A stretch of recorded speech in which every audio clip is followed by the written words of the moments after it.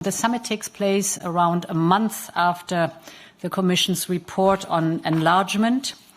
And we also discussed the state of play with the backdrop of this enlargement report.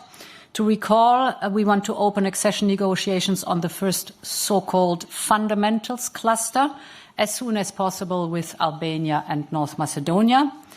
We consider that we can open accession negotiation with Bosnia-Herzegovina once the necessary degree of compliance with the membership criteria is achieved.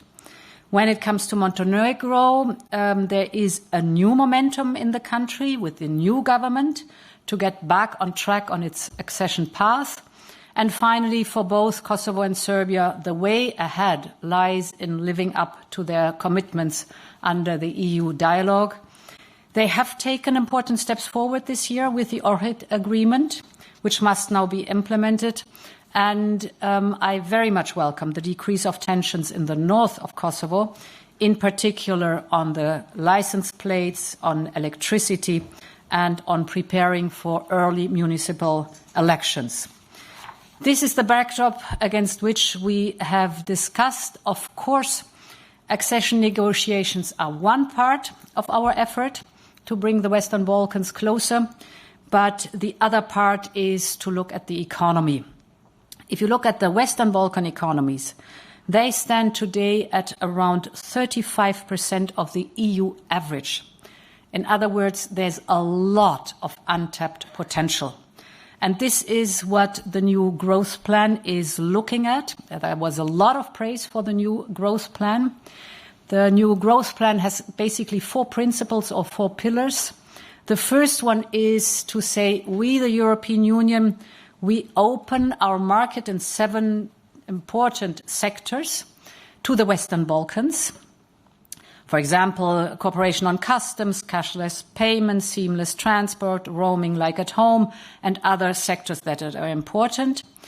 Secondly, we asked the Western Balkan to open their markets respectively to their neighbors, so to really complete the common regional market.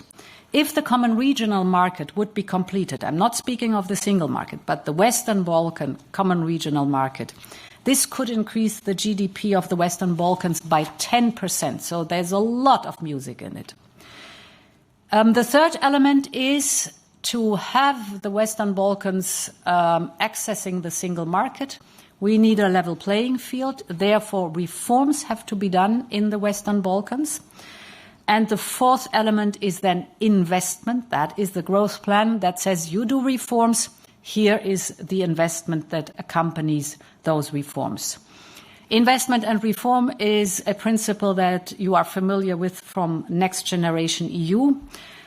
We mirror this here in the new growth plan, and the new growth plan has the potential to double the size of the region's economy within a decade. Of course, this is the big picture, but there are also lots of good steps, smaller steps forward. Take roaming.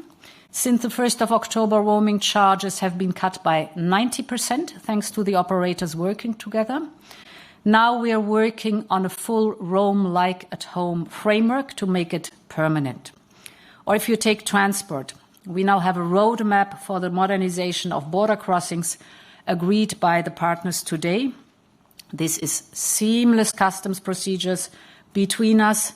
These are good for the easier integration in the EU single market. That means more business, more trade, more investments.